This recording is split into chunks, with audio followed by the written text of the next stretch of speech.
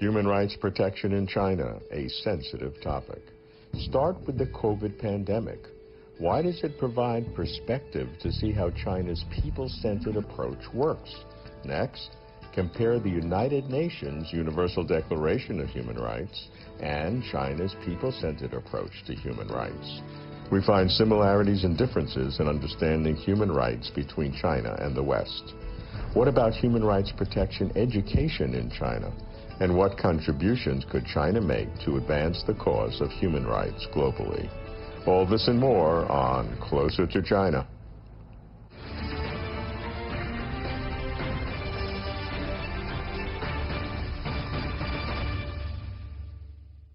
Human rights in China, a sensitive topic. For the West to understand China, we must understand what China means when it heralds the country's great achievements in human rights. Consider the 2019 government white paper, Seeking Happiness for People, 70 Years of Progress on Human Rights in China. When it comes to human rights protection, China stresses rights to decent food, healthcare, education, poverty elimination, safe drinking water, adequate housing, flush toilets, and improving living conditions. But to the West, human rights protection stresses freedom of expression and activity, free access to information, and the like. Why such a difference? Why a perceived conflict between the two kinds of human rights protection? Take the global battle against COVID-19, which everywhere creates a trade-off between restrictions of movement to protect collective public health and individual freedoms of movement. In the initial stage of the pandemic, the Chinese government imposed harsh lockdowns with serious penalties for infractions.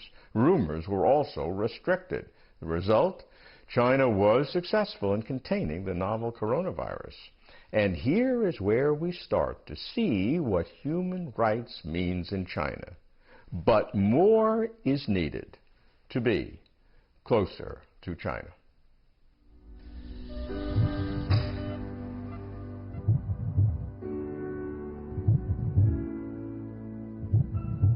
Spring Festival 2020 was out of the ordinary.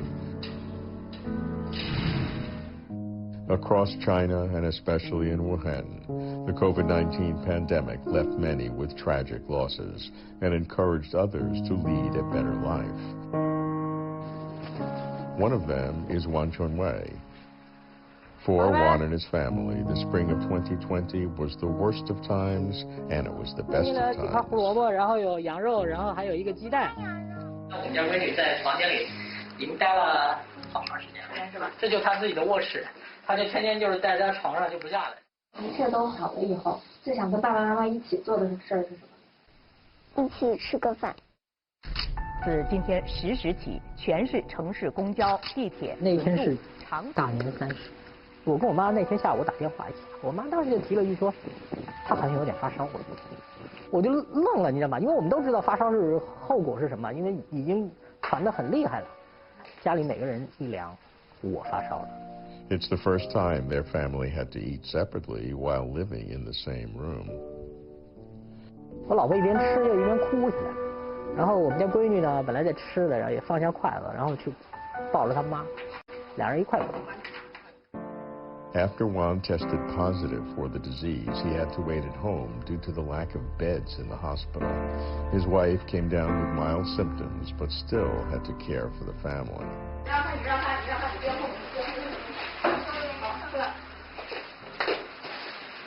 每天我都这样子吃，然后妈妈过一会儿就会把碗收走。就是因为如果是我自己开的话，有可能他们就有细菌。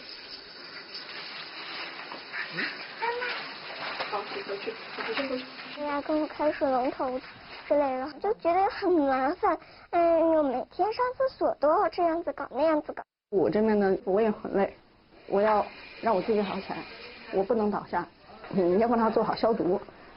一个想法就是，孩子不能有事。 Luckily, the construction of Hoshanshan Hospital was completed just when Wan's illness became more severe, and he was among the first group of patients admitted to the hospital. 这里就是火神山，我们可以来看一下，这里的条件都还是相当不错的，看见没？ Juan started to film his daily life in the ward to encourage others, but it was a tough time for his family. 爸爸去医院了以后，是又害怕又伤心，然后每天晚上就在这边一边哭，然后一边想爸爸什么时候才能回来。像这么小的小孩，他一个人在一间房间里一个人，他觉得很无聊。晚上睡觉一个人睡，他也有点怕。到最后他受不了了，我要出去，我要去找爸爸。爸爸什么时候回？说这个病很危险，我说你在家乖乖的。说好的话，爸爸就回来了。落实4类人员分类集中管理。 Soon after Juan was sent to the hospital, Juan's wife and daughter were sent to an isolation hotel because they had been in close contact with him. 他自己背自己的书包，自己提自己的箱子，就抱到我一起，东西在那登机我们车上面。那个时候感觉他突然间长大了的感觉。因为想等我搞完隔离之后回来，应该就可以见到爸爸了。嗨，开心呐！今天真的开心啊！我们真的胜利了，真的赢了。 After weeks of treatment, Juan was discharged. His wife and daughter were still in isolation, but he knew it wouldn't be long before they were reunited. 那天中午知道爸爸已经到家了之后，我就一直的问妈妈：“妈妈，我们什么时候才能回去呀？”对吧？结果那天晚上终于可以走了。毛毛是你吗？是的。我们有多久没见了？有1个月了吧？我知道。你和妈妈都好吗？但是我很不好。你为什么不好？想你。我也很想你，但是爸爸现在我们还不能见面。 为什么？因为爸爸的隔离期还没有结束，我们再等一段时间好吗？妈妈回来了。妈妈也回来了，很好很好。我们家3个人，一个都没有少。小家伙，他想爸爸回来可以见面了呀，结果还是不能见，当时就哇，哭得稀里哗啦的。 After having been quarantined in his own room for 15 days, he went for a blood test. 拿到检测结果了之后，医生就告诉我，检测合格。第一件事是做什么？我出去到我们家闺女的房间里去。抱的时候，我也不记得自己到底有多少天没有见过爸爸了，就特别的激动，就是我感觉心跳都快加快了，因为我等了这么多天，终于等到了这一天了。 But the mother was still worried that she wasn't fully recovered, so her daughter remained isolated in her room. 就我们以前就是我就坐我现在的位置，然后妈妈就坐在那边对面，然后闺女就坐这儿。我们现在没有那么多要求，就一个活命。现在呢变成了这样子吃，感觉特别不习惯。但是现在慢慢的就开始适应了，必须得适应现在有这个病毒的这个生活了。虽然感觉有一点不满足，但是我们家人能团聚就已经很不错了。我们以前一家人的生活非常满足，非常悠闲，突然打破了。是啊，我都快忘记以前怎么生活了，因为感觉以前的生活还是更好一点。我希望呢，等这一切都变好了之后，我和爸爸妈妈是在一起坐在一张桌子上，一起吃个饭。 While preventing and controlling the epidemic with relentless intensity, China has gradually resumed business and normal life. The country is working to ensure people's right to life as well as to their livelihood. Some argue that China's success in fighting COVID-19 is attributed to its protection of individual and collective rights, while others claim that the country suppressed individual rights and violated individual privacy in controlling the pandemic. To get deeper understanding of China's approach to human rights, we came to Professor Zhang Wei, the co-director of the Institute for Human Rights of China's University of Political Science and Law. Professor Zhang has taught human rights in China for more than a decade. Some in the West would say that the emphasis on collective rights and improving standards of living by China is an excuse to avoid dealing with human rights and indeed in infringing on what is traditionally considered in the West universal values to support human rights? I actually disagree with this kind of opinion. As you can see, since the very beginning of the Chinese open policy in the late 70s, last century, and Chinese government has been improving its administrative, judiciary, in many areas of reforms. Before that, we had the Cultural Revolution. So the society, rule of law society was actually not existing at all. So we started from very beginning, from almost zero to start the whole system. It doesn't, in the West, you have a saying that Roman is not built in one night, right? It takes time to growing this awareness, all the system to be in place. When you give this argument back to those of your colleagues in the West who made the argument like I just did, that collective rights is an excuse for human rights, what kind of feedback do you get from your colleagues in the West? You know, it's very hard for the people in the West to understand the situation. Let me take a very small example. I went to law school in 1991. At that time, the Chinese government goal was to have 100,000 lawyers by the end of last century. You know how many lawyers we have now today? That's much more than that. Think about in that period of time how many, for example, the judges were actually qualified by today's standard to qualify to be a judge. Very, very few. Very few judges received any formal legal education at that period of time.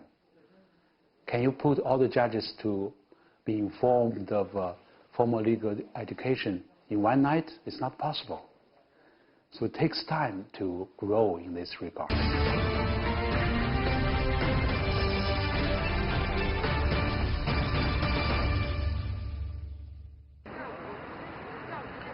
Inside a hospital in Beijing, everyone seems to be in a hurry. Among them is an exhausted mother, Miss Wang. Every so often, she would need to take a 1,200-kilometer journey just to keep her son alive. 孩子今年才10多岁，每隔几年需要换一次电池。 In 2010, Miss Wang's son was diagnosed with congenital heart disease. They came to a hospital in Beijing for surgical repair of endocardial cushion defect. However, her son's condition worsened after the operation. Without a job and without a husband, Miss Wang was unable to afford another expensive operation. That's when she picked up the phone and called for legal assistance.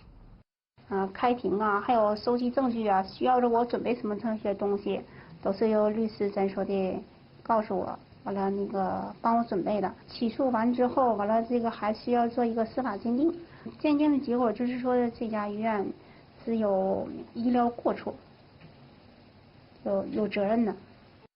The judicial system plays an increasing role in human rights protection. According to China's Ministry of Justice, by the end of 2019, the number of lawyers in China has reached 470,000. The country has pressed forward with reform of the criminal prosecution system, centering on trials. The National People's Congress has passed the Criminal Procedure Law, which excludes illegally obtained evidence and clarifies the scope and requirements of interrogation recording for cases subject to audio and video recording. In 1999, China University of Political Science and Law started providing human rights protection courses for its students. And 3 years later, the university established the Institute for Human Rights. Professor Zhang, you are a distinguished scholar at the Chinese University of Political Sciences and Law, one of the top in political science. Could you explain how your university has started teaching human rights courses? Because in the West, that China is teaching human rights courses might be something of a surprise. From 2004, we start offering human rights master program. In 2007, we started our PhD program in human rights law. So up to now, we provided this kind of master and PhD programs for over 15 years' time. At the same time, we also offer human rights summer schools for students, free of charge. We under the government support. This was under the government, still under the government support. We also continue to offer training programs for university professors. We understand that we need more human rights professors to teach in every university. So it has becoming a goal for us that to have human rights law taught as a compulsory course for our law students in the future. And then we also want to grow to that human rights courses should be taught at every level of education, including continuing education for the government officials.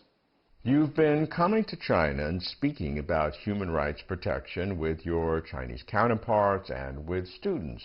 What's your impression? What are areas of agreement and disagreement? What are specific examples that impressed you? I've been very happy to come to China and do the teaching because the students are very well prepared and they have good knowledge of human rights. So I have really enjoyed being there. I don't think I have, encountered many areas of disagreement because we have a very constructive discussion and the students have asked many questions. So maybe if I compare to like a Norwegian group of students, the Chinese group is probably more interested in economic and social rights than a Norwegian group of students would be. How did you start teaching human rights in China? Yeah, I used to be a diplomat and I used to do a lot of work with the UN and also last few years with the Council of Europe, where I to a large degree worked on human rights issues. But I think that the connection to China started in like 20 years ago because then I came to China together with a couple of other Nordic experts on human rights, and we were drafting together with Chinese experts, we were drafting a teaching manual on human rights, which has been used by Chinese students. So then some years ago I was asked to come back and do teaching at the summer school at the China University for Political Science and Law. So who are the primary students for the human rights courses? You mentioned you would like it to be a compulsory course for legal students throughout China, but currently the students that are taking courses or getting a master's in human rights, what are their subsequent careers? What do they do with such a degree? Oh, they do every kind of jobs. You find our students working in the National People's Congress, in our national government, and also in the local governments, and to be practicing lawyers, to work in different firms, all kinds of jobs. We believe that we need more of this kind of people in the future. So having taught this for so long, have you seen some of your students, for example, who may have gone on to work in local government, giving you feedback on how their approach to dealing with the issues that local governments deal with differ from those students who have grown up in the normal academic setting and become normal officials? Do your students have a different attitude, and are they changing the methods of behavior of local officials? Yes, I once called by one of our students. She is a judge in a local district court in Guangzhou, and she told me that she was very much encouraged by her court president. And because during all these different discussions, she always has different views about different cases, arguing from the protection of individual persons. And this is a very different angle for law students in China. So then his court president was very curious about what she was studying in her master degree. And she told him that she studied human rights law. And he was very surprised. He said, this is very much welcomed. And we need different angles to look at the legal cases in this regard. So our students do have different views sometimes in looking at different situations. On October 13, 2020, China was elected as a member of the UN Human Rights Council for the term 2021 to 2023. The country had previously served on the Human Rights Council for 4 terms. After its election, China stated it will continue to firmly uphold multilateralism and the purposes and principles of the UN Charter.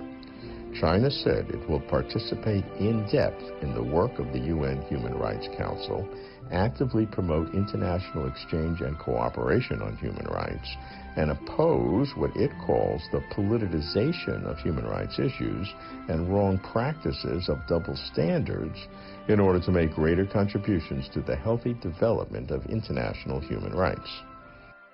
China now sits on the United Nations' premier human rights body, the UN Human Rights Council. What does China's accession to this body tell us? The Human Rights Council has become a very important forum for the knowledge exchange of human rights in many regards. As probably you know that this was a reform result from the Commission on Human Rights, which was established shortly after the United Nations was set up. And that in the Commission on Human Rights was always become a very political issue. And in that commission, developing countries was always being criticized by developed countries. I mean, it's nothing wrong to criticize other countries for their human rights behavior, but that does not help to improve the situation. From what we understand, with what we experienced, I think we need more international cooperation in this field. You know, instead of only pure criticism, we need actually more technical cooperation in the field of human rights among the UN members.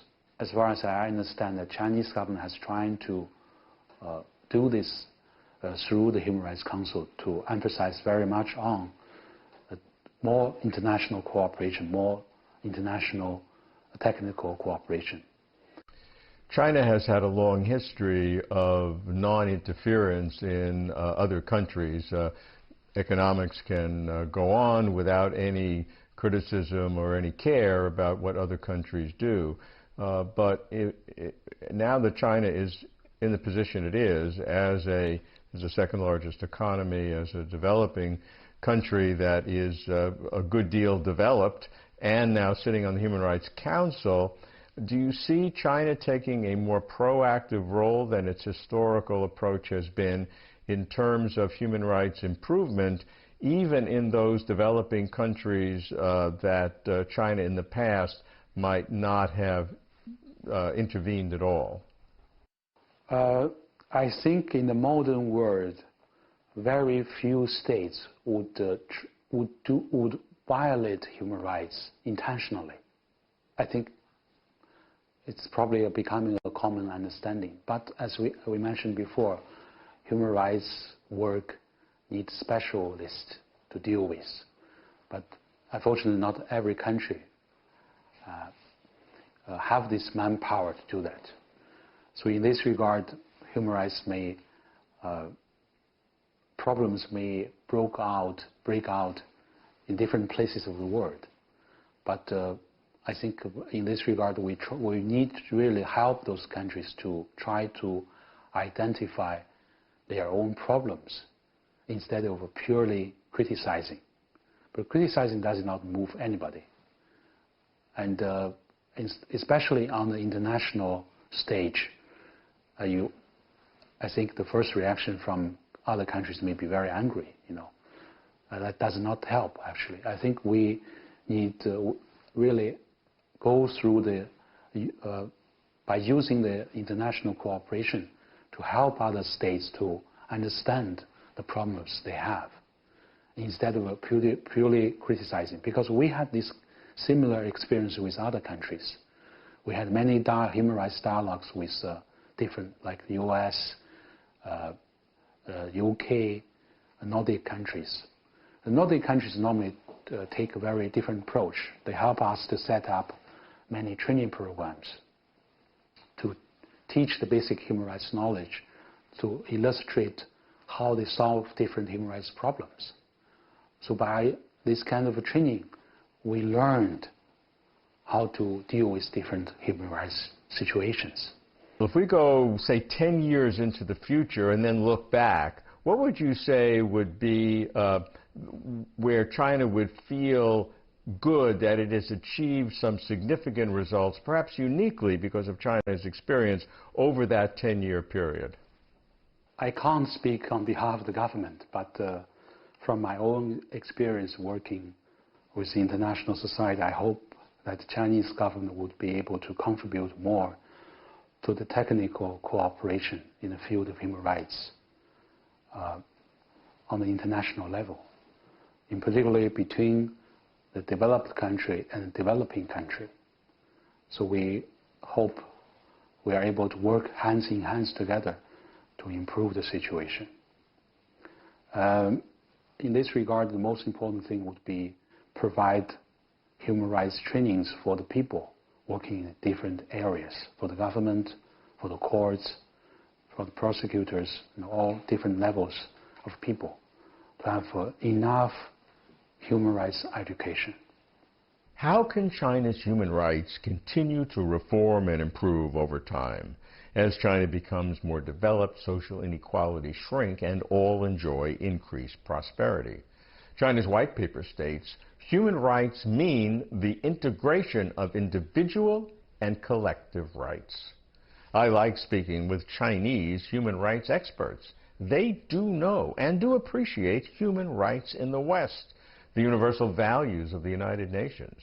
And they also know the real situation in China, and they seek to juxtapose and optimize. They tell me, frankly, that China should work toward greater protections of individual rights while continuing to privilege collective rights. While the West stresses political dissent, Chinese experts seek to safeguard the rights of children, women, the LGBT community, even criminals, among others. To require a human rights course in law school curricula makes real headway. Say this, for China to put so much effort into human rights education and in explaining and touting its human rights achievements is to recognize the importance of human rights. This, even by itself, is progress.